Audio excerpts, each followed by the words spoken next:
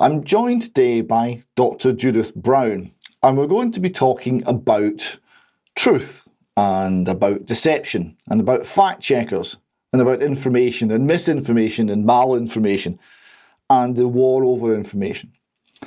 I picked up a joke tweet a little while ago. It was pretending to be a fact check. And what it did, it was talking about, the subject was abortion, and it was clear that someone had accused a particular pro-abortion organisation of being Satanists dedicated to child sacrifice. And the fact check said, this is not the case. Not all of the members of this organisation have publicly dedicated themselves to Satan. Therefore, we find this mostly true. And I thought this was deeply funny because it showed what fact checkers are doing, which is finding reasons to tell the public to ignore information that is actually vital, that they should know. Now, Judith, you have made a study of this, and I'd like to start where you started. Where did you first realise that there was a problem with integrity of information, integrity within journalism and government, and that essentially we are being quite extensively lied to? Hi, David. It's nice to be here. It started, I worked as an aid worker managing a refugee health camp, so was a nurse educated to doctorate level. And what I saw, I worked in Africa and the Middle East, in Lebanon and Yemen. And what I saw with my own eyes, particularly in the Middle East, was very different to what I expected to see. And in fact, I was quite shocked sometimes at the difference. And one of the things that happened when I was in South Lebanon was the bombing of Cana, and I heard that if that story got out, I think that was in 1996, if that story got out, Boutros Ghali wouldn't have a second term. So everyone was trying not to get that story out. But I think someone who was a peacekeeper had taken some video and gave it to Robert Fisk, and it was then in the news. And that really started to make me realise that what we see in the news isn't always the news. And I suppose that I'd always had a negative image of Arabs, and that wasn't what I found in either South Lebanon, where I was mostly working with Palestinians, and in Yemen, where I just found I made such good friends, and people were very open and lived their lives in a very honourable way. The same really as most people do in other countries. And so when I came back from Yemen, which was 2001, I decided that my retiring present to myself would be to do a PhD, which I did at Exeter University. And I looked into the influences behind imagery in Arab imagery in the British media, and I started to see how images are sort of created and not and aren't always presented as they are.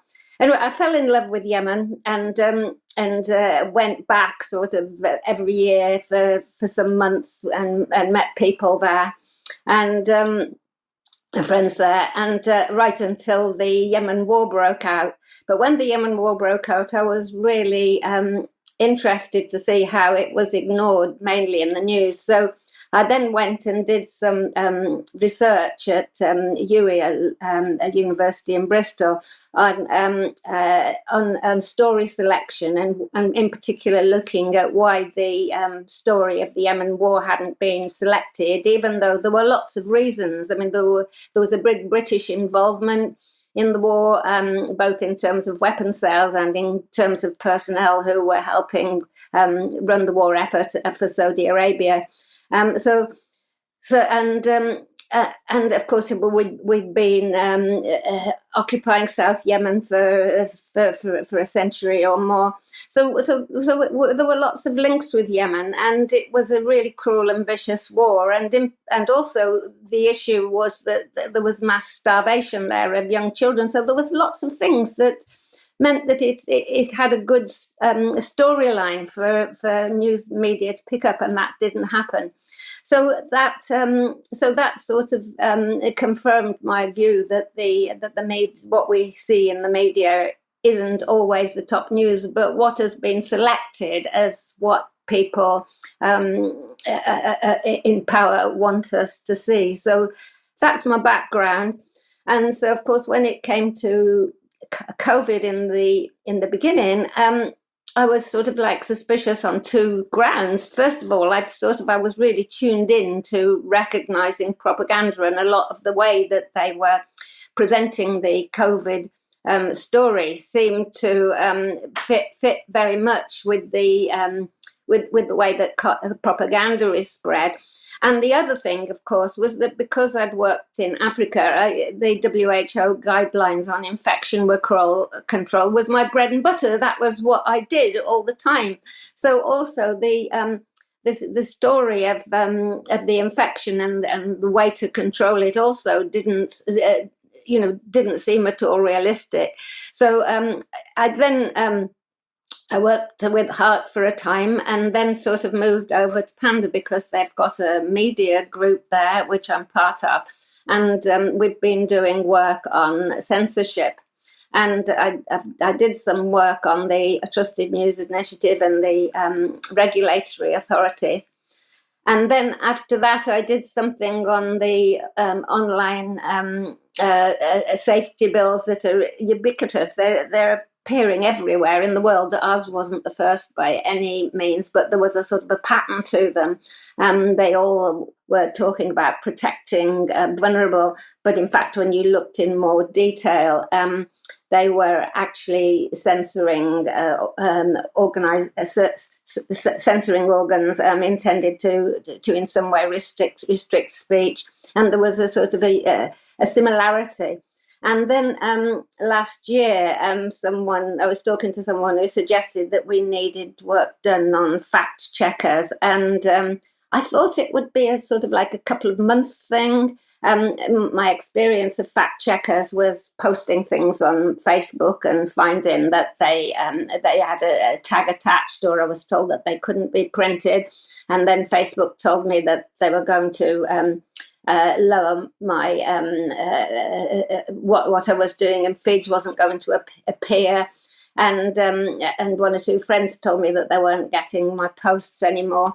So I was sort of like aware of fact checkers on social media, and I sort of thought that was what I was going to examine. But what I found was that the fact check industry is so vast, so enormous, so well funded, and it really controls everything, not just social media. It controls every form of media, mainstream media, radio, television, newspapers. It controls online games. It controls every social media, everything that you talk about. The censorship couldn't happen without this secretive and extremely well-funded a network that spreads to all the corners of the earth in every language. So this is like the mechanism of how things like the Trusted News Initiative operates. Before we get into the detail of the mechanism and the organisational aspects, which are, vital, but just before we do, you mentioned propaganda and recognising propaganda.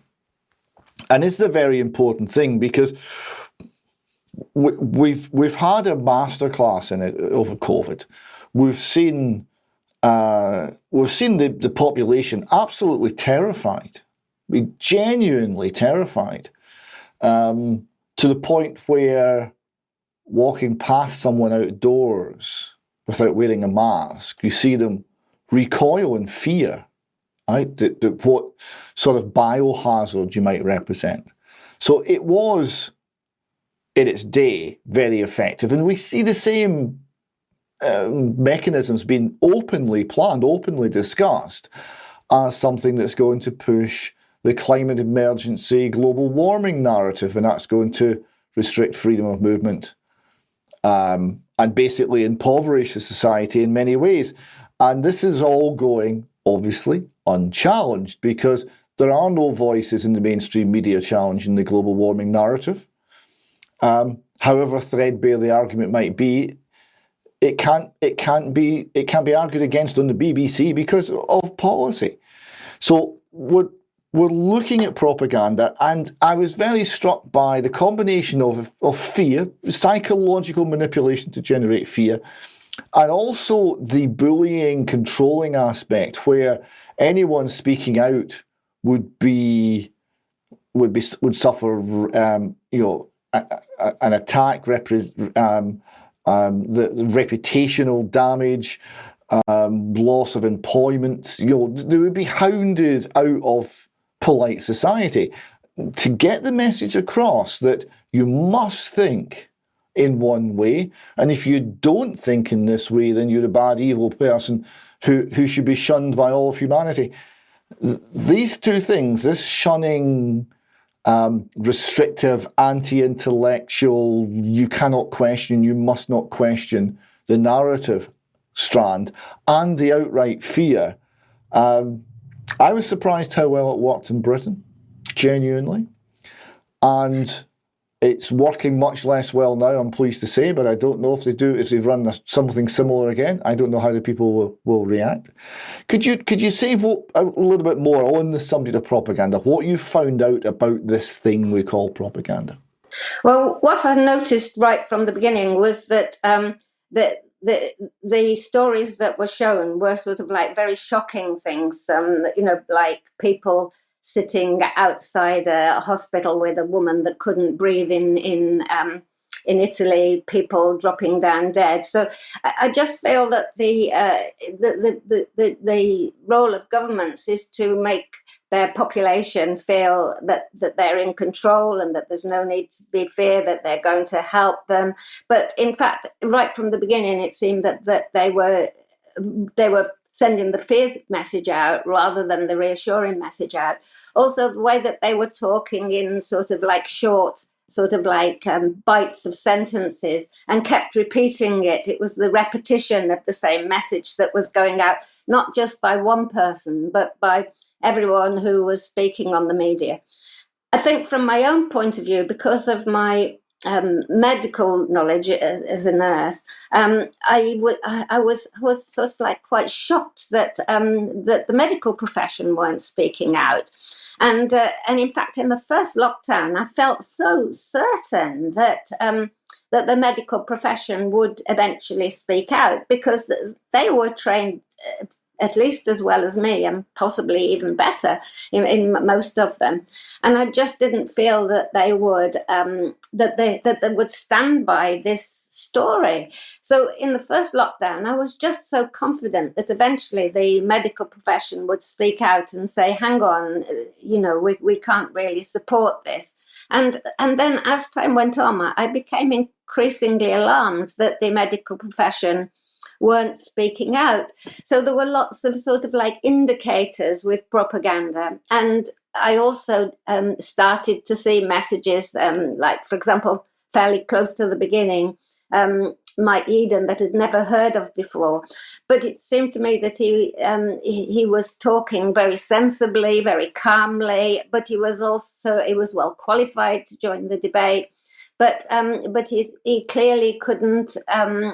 He wasn't allowed to join the debate. So I saw that form of censorship. So all of these things together started right from the very first day, really, of the COVID thing to raise alarm bells for me and make me think we're in the midst of a really horrible propaganda campaign.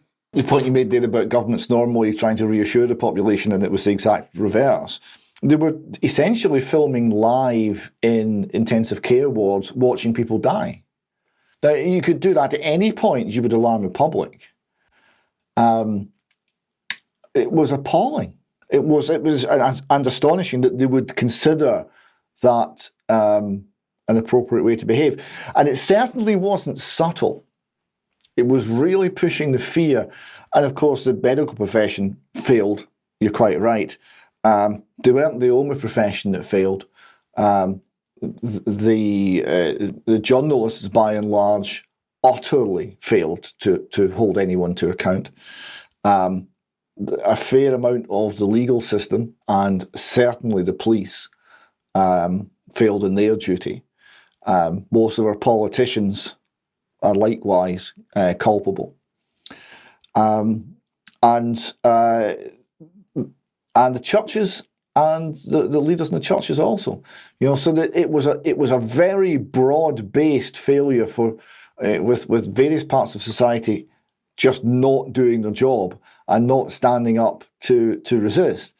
The people who were standing up were very lonely initially, although not anymore. That's changed, I'm pleased to say.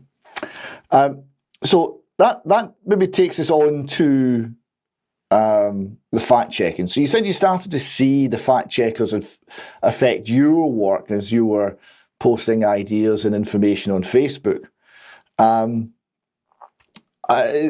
When you started to dig into them, you talked about the scale of the industry. What did you find in terms of the extent of it? Well, initially, I really didn't know where to start. I actually went to Wikipedia, and they'd got a page on fact checkers, and they gave links to the Duke Reporters Lab, which is a university that's got a section that's on fact checking. And so I looked at the fact checkers on that list, and they also pointed to the International Fact Checkers Network. And so I had those two lists to go with on first of all. So I just started searching those two lists. And I suppose on those two lists altogether, there was probably about 400 active groups. And then I then started it was very tedious, as research tends to be. I started to look at each fact check platform. About half of them were associated with the media, and about half of them were independent fact checkers. Some fact-checking platforms have a lot of information on their website. For example, the British Full Fact website has a lot of information on its website. It's a charity, so you can see its full accounts. And they've got a lot of information about what they do. Other fact-check platforms, they have information about the fact-checkers and maybe a little mission statement and not much else. Particularly the fact-check platforms that are associated with the media tend not to have much information. But then on each fact-check platform, what I was doing internet searches to see if I could find out more about a fact-check platform that didn't give much information about itself. And from that, I discovered that there were various other lists of fact checkers, like there's a Portuguese, Spanish-speaking group called Latam Czechia that's organised from Argentina and Spain. There's the Credibility Coalition. There's a Countering Disinformation. So I discovered lots of lists, and quite importantly, one of the lists that I discovered was the Facebook third-party fact-checking project, which has a list of all of the fact-check groups that actually partner with Facebook and fact-check Facebook on behalf of Facebook. So I was able to work my way through all of these lists, and occasionally came up with a fact-check platform that wasn't on any of those lists. Just, through the internet search, I'd be searching maybe for one group in Pakistan, and up would come another one or whatever. So eventually the list went up to somewhere around 500 active fact-check platforms that I found at the moment. And then it was just the tedious job of reading through everything that each one of those said on their platform about themselves, if they did say things. And also then, if I couldn't find anything on their own platform, doing internet searches and finding information about, as much information as I could about each platform group. So just like all research, very tedious. But and you have to read everything because, for example, on Pointers, which is the institute that owns the International Fact Check Network and other groups as well. I had to read everything on Pointers, and then sort of one little bit happened to say, oh, we've got this $13.2 million grant from Google. So, but if you don't read everything, you could miss that little snippet of information that's quite important, although a lot of it is repetitive, telling people how good they are, how they're defending democracy, and, all of the usual things, how they're promoting safety. But it's quite interesting because although I think most fact check platforms talk about disinformation, misinformation, malinformation, and some do a brief definition of what it is, and nearly all of them say that disinformation is increasing. None of them actually said how they quantified that it was increasing, but of course they're going to say that it's increasing, of course, because that means that they can then justify their existence by saying that it's increasing, and so just their reassurance that's increasing. But the other thing that I didn't find on any internet fact check site at all was the origins of the sources that were actually starting to deliver the misinformation, disinformation, and malinformation. They hadn't looked back to the original sources. On the subject of what the fact checkers claim to be and what they are in reality, I've been viewing this from the sidelines, and it struck me very much that it's restricting inquiry, and it's restricting curiosity, and it's saying you must believe the official sources, and it's essentially being a dampener on questioning what comes out from official sources, and it has an incredible naivety. Right? The government, the respected institution, it wouldn't have any ulterior motives. It's like they believe that any large organisation is not actually staffed by human beings and isn't subject to conflicts of interest and desires and ambitions and corruption, the same as every other part of human society is, but must just be believed. And then they round on anyone who goes against that narrative. So, is that what you saw? Do you agree with that summary? And what do you now view the fact checkers as actually being, and what do they claim that they are doing? Fact checkers are the censorship network. You see, you can talk about the Trusted News Initiative and say that controls mainstream media, but then you haven't got a mechanism of how the Trusted News Initiative controls the mainstream media. It isn't until you look at the fact check platforms that you realise that they are the mechanism. It's like the Trusted News Initiative is the destination, but the route to get there is actually the fact check network platform. When you look, for example, I think all of the major news agencies internationally are members of the International Fact Check Network. They're actually registered, they're approved, they're verified signatories of that network.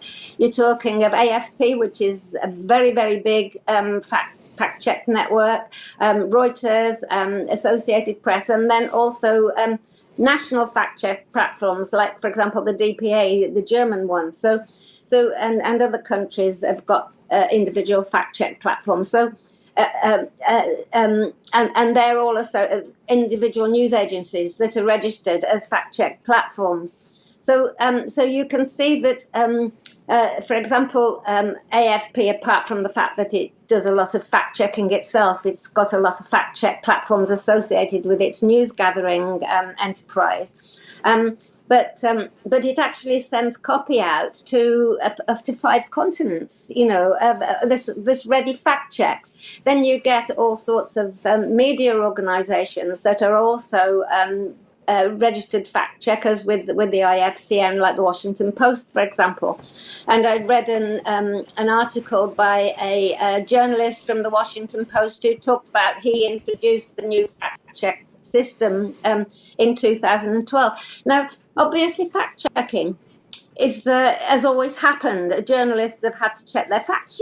You check it at UK Column News. I've no objection with people checking facts to make sure that stories are credible. But it's when they're fact checked in a certain and particular way. And when people are in the fact check network, what they're taught is their version of critical thinking, their version of searching for news stories, their version of sourcing news stories, their version of using specific fact check tools in a particular way. So what you've got, because fact checkers they have actually advertised for fact checkers in minority languages to reach hard to reach communities. So therefore they've got fact checkers in every language. There's throughout the globe they've got a fact checker. And then there are organisations like, for example, Internews, which is associated with the World Economic Forum in some way. I haven't been able to exactly define how. And it's got a partner organisation called Ads for News. Now, what Internews does is to help local news groups, like local newspapers, local radio, to actually digitalise their content.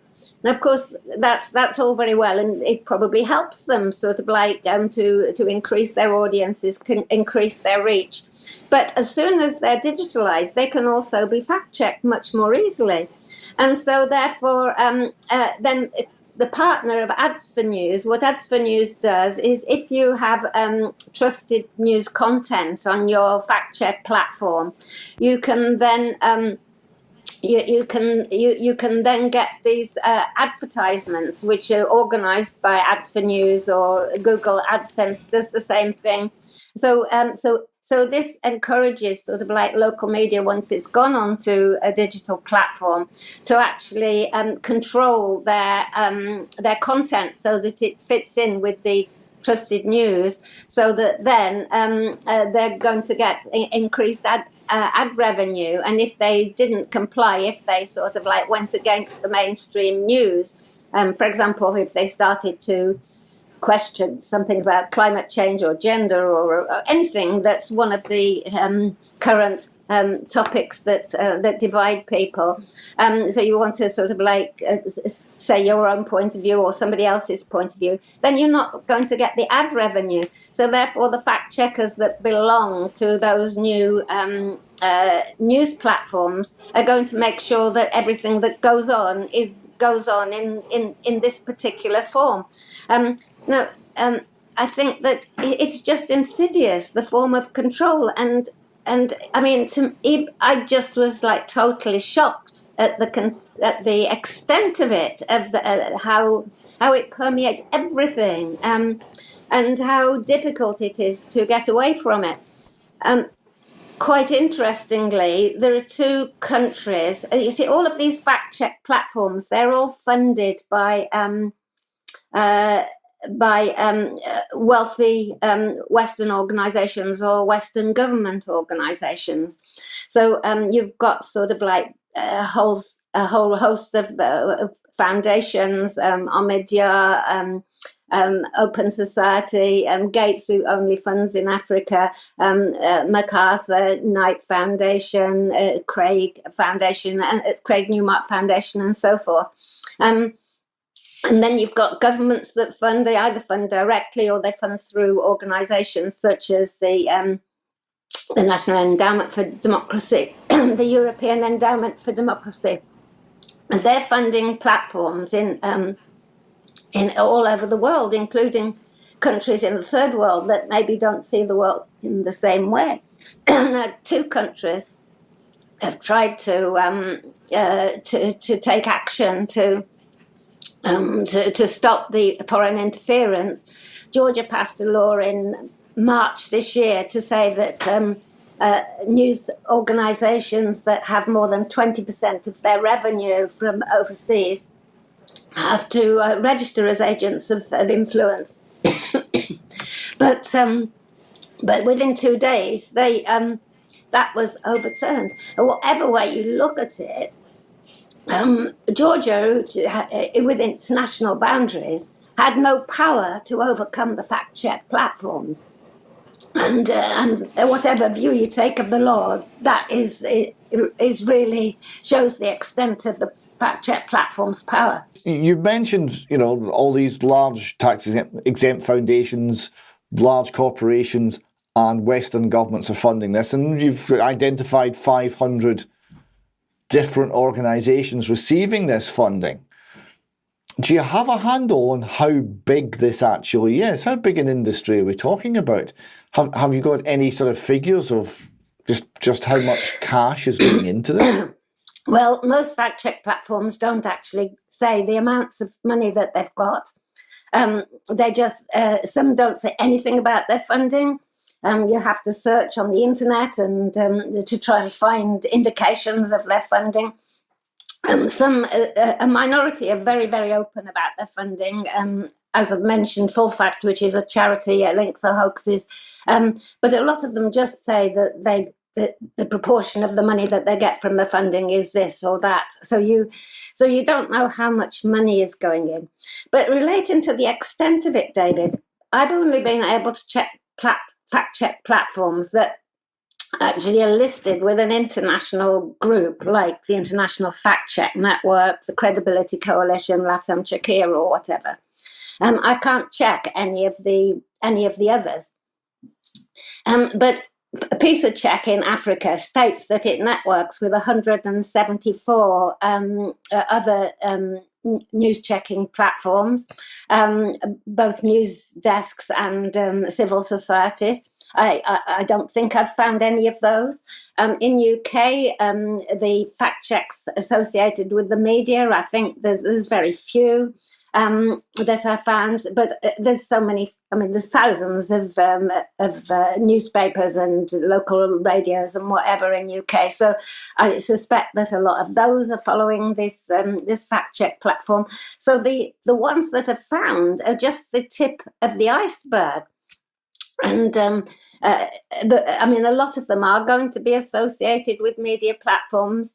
They say that most of those say that they're funded by their owner. And of course, who are their owners? I mean, you know just the same as me that in UK and in the Western countries, there's a handful of owners, and these are extremely rich people.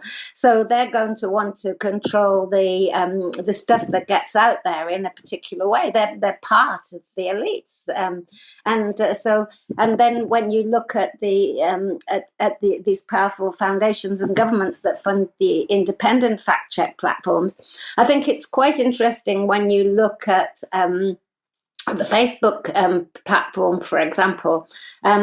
Facebook actually says that on its website that it gets rid of certain forms of information on COVID. You can actually read it. It's got a huge list of, for example, vaccine injuries. They don't allow posts that question things like mask wearing, other treatments, and it gives us sort of like a long list. It's very specific. Now, Facebook said that it employs independent fact checkers so that those fact checkers are independent, so that they actually fact check how they want to fact check. And the fact check platforms, when you read them, they say, well, we get this money from Facebook, but it doesn't interfere with our decisions. But if they weren't fact checking how Facebook wanted them to fact check, then clearly they wouldn't have their contracts renewed. At the moment, there are around 260 contracts with Facebook third-party fact-checking contracts, and some fact-check platforms have, for example, I think that AFP, which is by far the biggest, has about 80 Facebook contracts they fact-check in countries that haven't got fact check platforms that can check themselves. There's a fact check platform in Jordan that fact checks most of the Arab countries. But most fact check platforms, they actually have one or two in each country. The countries where they don't have fact check platforms, like for example Syria, Venezuela, Russia, you'll find that around those countries, you've got looking at the Facebook fact check platforms, you can see that you've got sort of like places like Georgia, Latvia, Lithuania, that actually have contracts to fact check in Russia. So you can guess that fact checking occurs over the border, maybe attached to some of the foreign government funding. And also, quite interestingly, there was one fact-checking platform in the Netherlands called NU Netherlands. Possibly, I don't know it, but it joined the Facebook fact-checking platform right at the beginning when it first started in 2013, but it left a few years later because of the restrictions that Facebook placed on its fact-checking activities. So if one person has left because of it, then this indicates that they do interfere, and it's unrealistic to think that that people can fact check on Facebook independent of Facebook. It's just not logical. Also, I mean, the case that you highlighted there is a case in point, and it shows exactly what the problem is, because you said Facebook don't allow people to go and discuss vaccine injuries. Now, I remember when there was a vaccine injured group on Facebook at one point, and it was either 50,000 or approaching 100,000 or something. It was very popular, and there's huge amounts of information being shared between people who had suffered vaccine injury because of the COVID-19 shots, injectables. And then it was suddenly turned off. Facebook switched it off, and all those people who had established online a network of support, of help, of people with the shared understanding and shared experience, they were cut off from all of that instantaneously. Now, not only is that cruel, I would say, but there's not any question that it's nothing to do with facts. I've sat down with people who have been injured with the vaccine. Some have been hospitalised, some have lost loved ones, some have been confined to a wheelchair, some have lost limbs. And there's all sorts of harm out there, and it's real. And to censor that under the lying name fact check, we have fact checked your story and we find that your information is wrong, when the person sitting there living it is, there's a tremendous arrogance in there, and there's a tremendous abuse of power kind of inherent in that whole thing. Because if you're going to police the public square, and that's what it's doing, then the standard that you would have to be held to would be extraordinarily high. There would need to be an assumption, a presumption that people could speak, and only in the most egregious examples would you be closing anyone down, but that's not how it operates. And the idea that they can say to millions of people now who have been harmed by the vaccines, who've reported it to the government through the government's monitoring system, the yellow card system, that essentially you're not allowed to exist or you're not allowed to have a voice, is really genuinely horrendous. Do you see any, I mean, do the fact-checking organisations, do they try and justify this? Do they realise what they're doing? Well, when you look at the mission statements on fact-check platforms, what they're saying is that they're defending democracy, that they're protecting people. But I haven't seen any any fact check platform that actually has actually explained why, for example, thoughtful, reasoned debate from people with knowledge, either people who've suffered vaccine injuries, academics who have a different point of view. I haven't seen any reason why the public needs protecting from information that is thoughtful, that is expert. I mean, I would say that someone who has received a vaccine injury is an expert opinion. And it's an opinion that they're entitled to talk about, that they're entitled to discuss, and I don't see why not. But the whole point is that whether it's right or wrong, somebody might have had a stroke and relates it to the vaccine. They might have had that stroke anyway, or the heart attack, or blood clot, or whatever it is. They might have had that anyway. But even so, there's no reason why, for example, Article 19 of the Universal Human Rights Declaration actually says that everyone has the right to opinion, and that you can't stop that in any form of media. I can't remember the exact words, but it's something like that.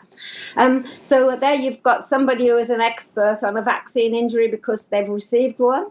You've got people that are experts on for example, Asim Malhotra, that's an expert on cardiac conditions, and he's not allowed to speak on cardiac conditions, even though he's done quite a lot of research. The BMJ published an article, and that was peer reviewed, and they were sort of told that was misinformation. So these are people who are qualified to join the debate. It really doesn't matter whether they're right or wrong. They're qualified to join the debate, and to stop them joining in that debate interferes with their human rights and their and free speech, and that is unacceptable. But it's interesting. There was a court case in California, I think it was last year, when someone took Facebook to court for a banner that it put on their content, and Facebook and a few other fact check platforms were included in the petition, and Facebook actually said that the fact checks are only opinion. They actually gave that as their defense, and so they actually said that it's their opinion, and as it's a private platform, they can make the rules that they want to.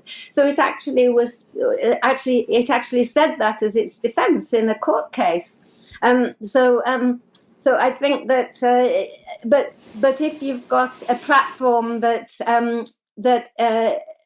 if you've got individual fact check platforms that say that they're defending democracy, how can they think that they're defending democracy by actually stopping people having a debate? Because to me, democracy and scientific opinion, it is a debate. It's as if, and some of the fact checks, David, I think the majority are just so trivial. You get a sort of someone saying, oh, this politician didn't have a bruise on his head, and this footballer didn't lose his sponsorship. Now, who needs to protect adults from that information? It's just incredible that an adult needs protecting from information that somebody said that a politician had a bruise on his head and he didn't, or a footballer lost his sponsorship and he didn't. So even if the fact checkers are right, why do adults have to be protected from that information? I just don't get it. It's just unbelievable that adults need to be protected from that information.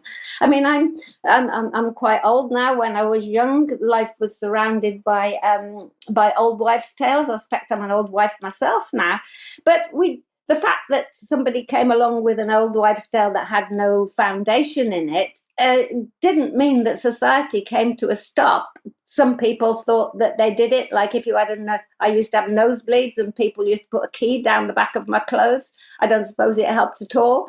But did it matter that I had a key put down the back of my dress when I had a nosebleed? It didn't really matter.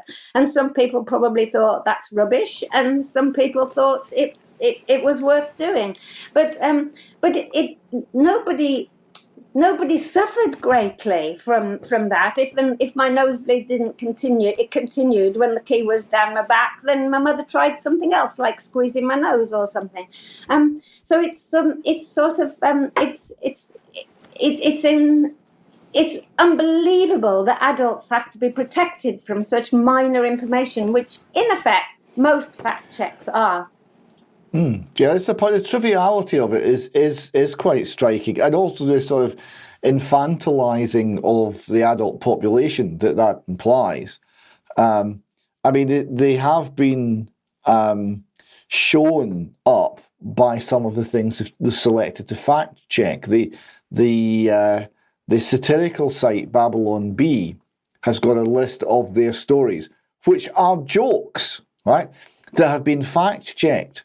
My favourite one, and this actually did go for a fact-check, was the Babylon Bee put out a story, the Ninth Circuit Court overturns the death of Ruth Bader Ginsburg. Right? Since San Francisco, California, in a landmark ruling, the Ninth Circuit Court of Appeals has overturned the death of Supreme Court Justice Ruth Bader Ginsburg. In a close decision, the judges in the court have ruled that RBG's death is unconstitutional and will block Trump from nominating a replacement. Right? the fact checker who was paid to go and see if that was true actually contacted the court to see if they had a case lodged like this, right? So you have to wonder about the rationality of some people, or certainly their lack of sense of humour. But on a more serious note, you said a couple of times the justification for a lot of this activity is defending democracy. They put this on their websites. We're the last hope that democracy has. We're going to defend democracy from wrongthink, from people having opinions, from people having the wrong opinions. Right? So this is very interesting because what they're actually saying is democracy won't work if people don't have the right opinions. We are going to make sure you have the right opinions, and we're going to censor the opinions that are the wrong opinions. Then democracy will work. Well, of course, that's not the definition of democracy. That's something else. That's totalitarianism. That's thought control. And so when they say defending democracy, the question is, are they actually manipulating, distorting, or controlling democracy? What are they really doing? Are they changing the outcome of elections? Are they changing who runs the country or who runs, say, the United States of America? Would some of elections have gone differently if it wasn't for the Fact Check Network? What do you think? I think a lot of fact check platforms are most active at times of election and electioneering. And there are some fact check platforms that either started during the run up to an election throughout the world.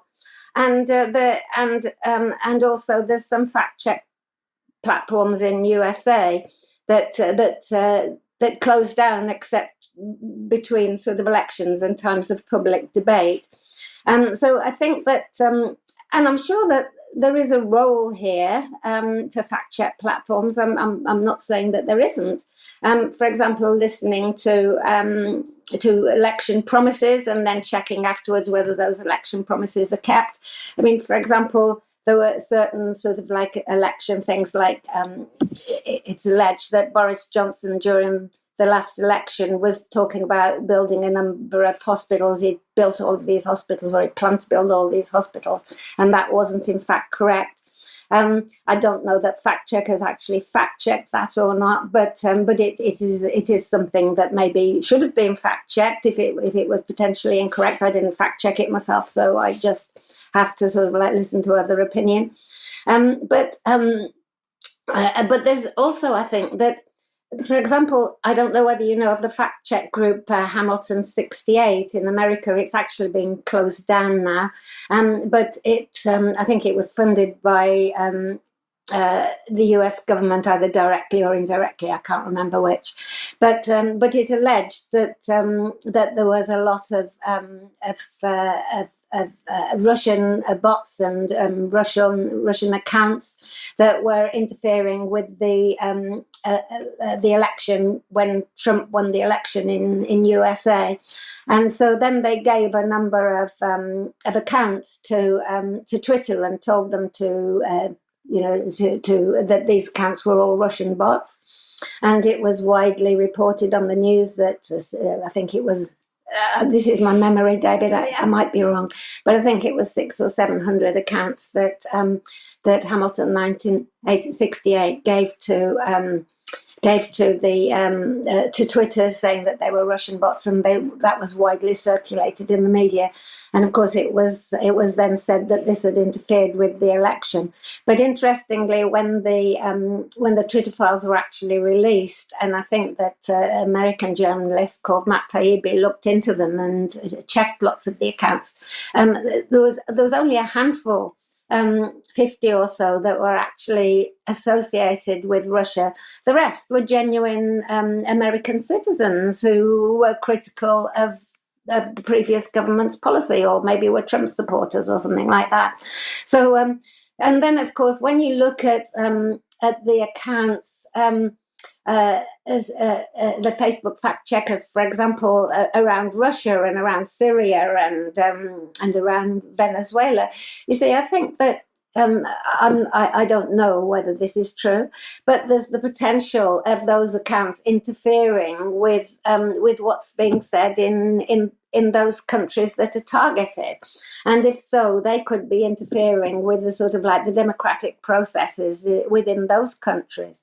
So you've actually got sort of like the potential of us interfering with other countries with no proven success in the fact check platforms upholding democratic values. But of course, democratic values, I'm just saying something to you that I know that you know, David. Democratic values aren't just elections. Democratic values are being allowed to express yourself freely and to have free thought, and that is part of the democratic process, and that is something that's being constantly censored through these fact check platforms that are paid by the wealthy, paid for by the wealthy and powerful. Fact check platforms don't have a product. What they do is they censor and moderate content. That's what they do. They don't have a product. So the only people that are going to fund them are people who, for one reason or another, have actually got an interest in moderating content, and then that platform, that fact check platform, it might be a charity, it might be a not-for-profit, it might be a profit, but all of them have got a business model, and if they're getting funded from organisations or from governments that want to that only want a certain narrative to be produced, they can't go against that narrative. They have to send their fact checkers onto fact-checking courses and media literacy courses so that they think the same way as the fact-check platform that thinks the same way as its funders. And so therefore, I don't see how this can be democracy. Well, we've seen the same thing in academia.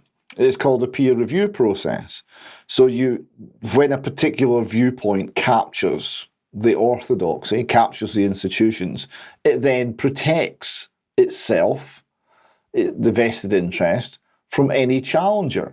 If you have an unpopular opinion, this is science we're talking about, so it should be a battle of ideas and evidence. But no, if it's an unpopular opinion, then the peer review process will keep it out. And this also applies to your admissions to, certain institutions as well. So if you express a banned opinion, you are slowly sort of eliminated from the scientific mainstream. The most dramatic example of that's probably Peter Duesberg, who came up with another hypothesis on what AIDS and HIV was all about. One that I would have to say was extremely well evidence-based and extremely tightly argued. And that was career-ending really for him, because it was not what was desired politically. So we've seen this in academia. Is this simply the expansion of the worst aspects of the peer review process into every aspect of publishing of all sorts?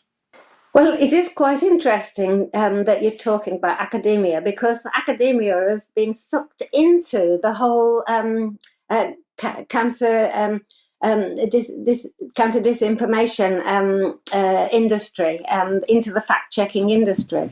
I've only really examined EU in any detail, but what I've found is that the EU actually covers it extends to it still extends its influence over some UK universities and other universities that surround the EU. But there are altogether, I've found up to the moment, there might be more, of course, 18 European fact check groups that are funded by the EU or the European Commission. And these involve fact check platforms, manufacturers of AI tools, and also universities. And they're really extensive. There's so many universities involved in it.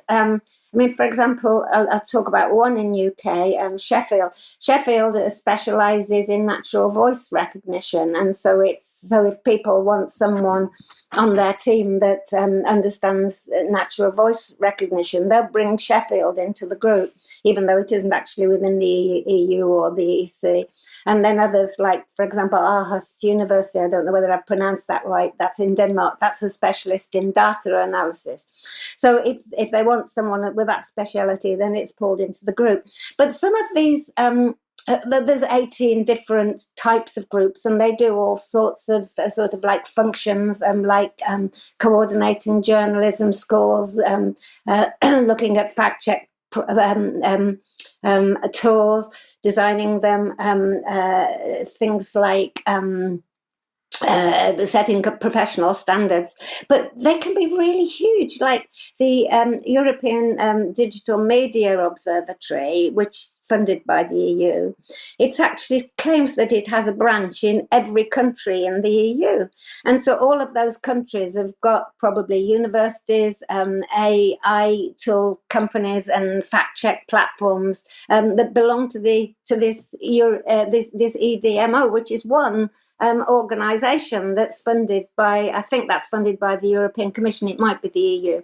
But I actually found another 17 of these, and some of them are relatively small, they just function in one area, and some of them are sort of EU-wide.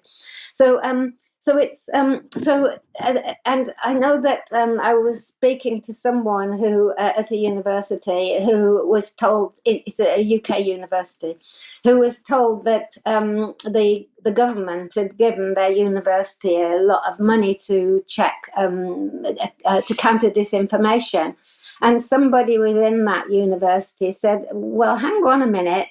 Most disinformation actually comes from the government, but we're accepting government money to counter disinformation. That's going to restrict our activities." But although that particular academic expressed that view, the university went ahead with developing a department to counter disinformation funded by the government. Now, I can't see that countering disinformation unit is going to say, oh, hang on, the biggest provider of disinformation in the UK is actually the government. It's not going to happen, is it? Because of the funding network. This is the problem. We've had such an example of that over the last 3 years. Vaccines are safe and effective. You'll own nothing and you'll be happy. And all of the rest of it, from mask wearing to social distancing, it's all been demonstrated to be false. Not by the fact checkers and not by the mainstream media or academics, but by the mavericks. And by the people who are marginalised but continue on anyway, by the people who won't be intimidated and won't be bought. And these are these are rare jewels indeed. And this is not the sort of sources that the fact checkers would ever go to, because it's always the official source. The problem with so many of these schemes and ideas is the utter lack of quality control, because once the error's in there from an official source, from a trusted source, there's no means of saying, well, that was wrong, and actually hounding the error out. And this has been true in academia as well.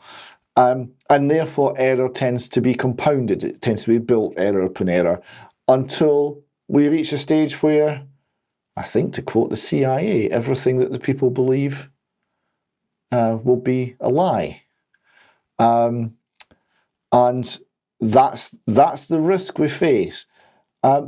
Would you like to say anything, Judith, in closing about the significance of this 21st century version of censorship, the significance of what it's doing to our society, and the risks that it poses?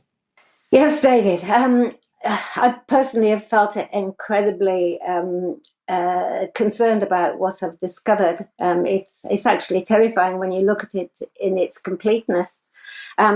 It's controlling everything. It's very difficult to see how it can be overcome because it's so extensive. The people on the fact check platforms, the people who work for them, they sort of coordinate with each other, and I suspect that they come to believe that everything that they've said is true. It installs a sort of arrogance into the fact checkers so that they don't feel that they're likely to, that they actually have the feeling that they've got the right to say what is true and what isn't true. And I think that because it's spread across such a wide spectrum of social media, every type of broadcast media. I mean, online games, a fact check, for example. I just think it's frightening, the extent of it. And at the moment, it's very secretive, and I think that's been the thing that's been driving me through this, is the fact that if I can start to expose the fact that that this exists. Of course, I'm well retired, and so I can both give it the time, and also it's difficult for them to threaten my job or my livelihood, for example. So I can do it, but I think there's a lot of people that are in employment that can't do it. I think that I'm at the moment the only person who's looking at fact-checking platforms in the way that I'm looking at it, at the extent of it, and I'm hoping that maybe it might stimulate a few other people to take on that challenge. But I think that in terms of society, if we don't at least make people understand that the news is mostly lies. I have to say, a good part of the news is lies. Everything. In fact, I don't listen to the mainstream news very often myself, so I can't say that it's that it all is from personal experience. But the bits that I have seen have either been untrue or very distorted, and it's just undermining a society, and then people like UK Column and you and me, we become seen as the outliers, and it also puts us into a position in future of maybe being sort of like persecuted for what we're doing. But I just feel that this is so important. It's for my children, it's for my grandchildren, it's for the rest of society, that I just feel that whatever the cost, it's something that I've got to carry on and do. And I'd like to thank you and UK Column News, because it's only by exposing this secretive, influential group that we can start to defeat it. Judith, thank you very much for those closing words. Yes, it's only by actually understanding what we're dealing with that we can start to move forward, we can resist, we can overcome it, and we can not be fooled by it. So I wish you all the best with your research. Hopefully we'll be able to talk to you again and find out that you've uncovered more information about this network. Until then, Dr. Judith Brown, thank you very much.